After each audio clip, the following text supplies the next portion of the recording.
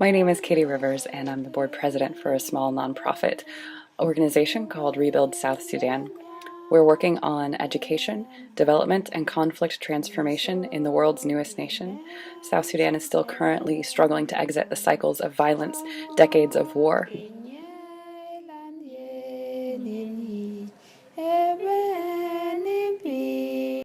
In the fall of 2015, I had the opportunity to use my work for Rebuild South Sudan as part of an internship program at SFSU.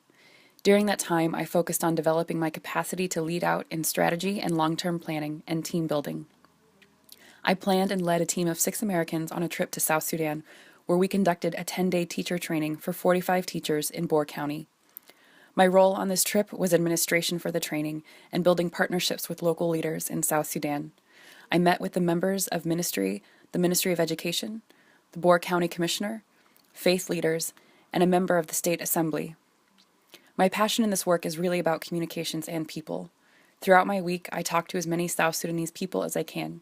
I want to stay connected to the story and the struggle and invite other people to support this nation in search of healing.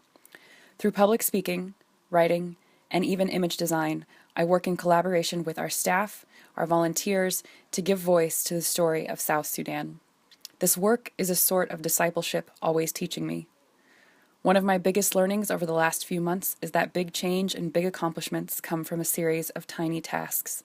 This was true to accomplish the teacher training, and this is true in developing a long-term plan for the organization or simply in getting our monthly email newsletter out through Salesforce and MailChimp. This work requires that planning and strategy be integrated with flexibility and adaptability. So many things that affect our work in South Sudan are completely out of my control. The daily changes in the inflation rate, for example. The most important lesson I've learned is that my overcommitment and stress will negatively impact this organization if I don't slow down.